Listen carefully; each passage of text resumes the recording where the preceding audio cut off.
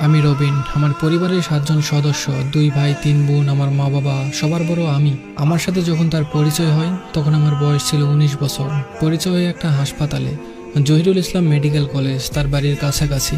আমি আমার দাদাকে নিয়ে যাই সেখানে, আর সে তার মাকে নিয়ে আসে। আমি একটু ভালো বুঝতাম হাসপাতালের বিষয়গুলো, কারণ আমি ছোট থেকেই এইগুলোর সাথে আছি। আর সে তেমন কিছুই বোঝে না, তাই দুজন একসাথে বসে ডাক্তারের জন্য অপেক্ষা করছি।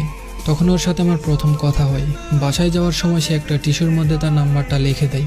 সেদিন রাতে কি যেন মনে করে তাকে কল দেই। এইভাবে আস্তে আস্তে সম্পর্কে জড়িয়ে যায়। সে আমাকে অনেক ভালোবাসে, কিন্তু তার তুলনায় আমি তাকে কম ভালোবাসি, কারণ সে আমার প্রথম ভালোবাসা নয়, দ্বিতীয় ভালোবাসা ছিল। আমি একটা মেয়েকে ভালোবাসতাম, তার নাম হলো জান্নাত।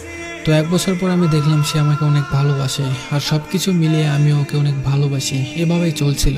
কিন্তু এর বিয়ের জন্য চারিদিক থেকে দেখতে আসে। আমি খুব চিন্তায় থাকতাম। সে আমাকে বলতো, তুমি চিন্তা করো না, দেখতে আসলেই তো বিয়ে হয়ে যায় না। আমাদের সম্পর্কের কথা ওর ভাবি জানতো, আর ওর ভাবি আমাদের অনেক সাহায্য করেছে, আমাদেরকে দেখা করার সুযোগ করে দিত।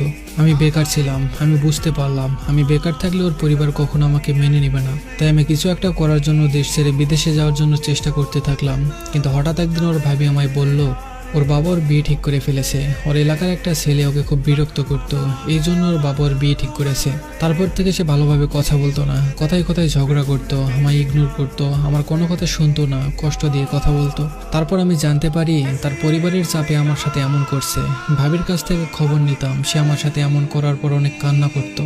এমন কষ্ট সহ্য করতে না পেরে নিজের ক্ষতি করতাম, হাত কাটলাম, অসুস্থ হয়ে পড়লাম, খুব কান্না করতাম, নিজেকে অনেক বোঝালাম, কিন্তু বেকার ছিলাম, তাই আর কিছু করতে পারিনি। তারপরে ওর বিয়েটা হয়ে যায়। পাশের গ্রামের একটা ছেলের সাথে বিয়ে হয়। ওই ছেলে সৌদি আরবে থাকে। নিজের শখের মানুষটা আজ অন্য কারোর সঙ্গী। সে অন্য কারোর সাথে কথা বললে সহ্য করতে পারতাম না, এখন তাকেই অন্য কারোর সাথে দেখতে হচ্ছে। বিয়ের পর সে আমার সাথে অনেক যোগাযোগ করার চেষ্টা করেছে। আমি ওকে অনেক ভালোবাসতাম, আর আমি জানতাম আমার সাথে যোগাযোগ রাখলে সে সংসার করতে পারবে না। তাই আমি সিদ্ধান্ত নিলাম তার সাথে আর কোনো যোগাযোগ রাখবো না। আমি চাই না আমাদের এই সম্পর্কের কথা জেনে ওর আর ওর জামাইয়ের মধ্যে কোনো ঝামেলা হোক। এভাবে 8টা মাস চলে যায়, কিন্তু আমি ওকে ভুলতে পারিনি। ওর কণ্ঠটা একবার শোনার জন্য অনেক নাম্বার থেকে কল দিতাম, কথা বলতাম না, চুপ করে থাকতাম। তারপর তার কণ্ঠটা শুনে কলটা কেটে দিতাম। সেও আমাকে ভুলতে পারতো না, আমাকে অনেক ভালোবাসতো। ও প্রতিদিন কান্না করতো, না খেয়ে থাকতো। কিছু করার ছিল না আমার, বিয়ে হয়েছে, কি আর করতাম। বিয়ের 1 বছর পর তার এমন কান্নাকাটি দেখে ওর সাথে প্রায় সময় কথা বলতাম। কিন্তু হঠাৎ একটা সময় সে অনেক অসুস্থ হয়ে পড়ে। জহিরুল ইসলাম মেডিকেল কলেজে নিয়ে ভর্তি করানো হয়। সেখানে 17 দিন রাখা হয়। ডাক্তার জানায় তার ব্রেন টিউমার হয়েছে, আর সেটা এত বড় হয়েছে যে খুব তাড়াতাড়ি অপারেশন না করালে খারাপ কিছু হয়ে যাবে।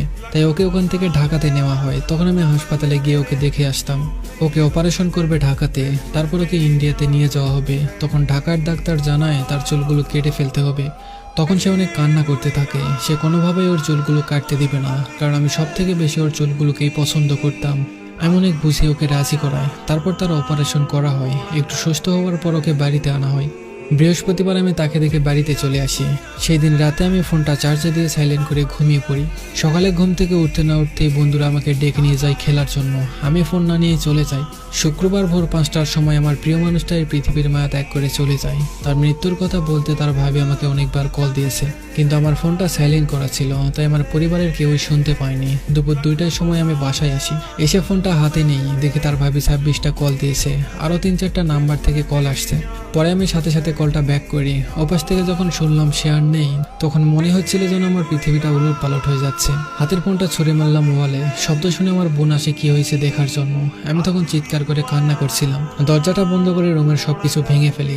মা বাবা বন্ধু সবাই দরজা ধাক্কাতে থাকে। রাতে দরজা খুলে বের হলাম, সবাইকে সবকিছু খুলে বললাম। আমার কপালটা এমন যে তাকে শেষ দেখাও দেখতে পারলাম না। তাকে জানাজা করে কবর দেওয়ার পর জানতে পারি সে আর পৃথিবীতে নেই। 3 বছর 7 মাস 13 দিন হয়েছে। এখন পর্যন্ত আমি ওকে আগের মতোই ভালোবাসি। আমি তার জন্য এখনো কান্না করি। এখনো তার জন্য আমি অন্য কাউকে ভালোবাসতে পারিনি।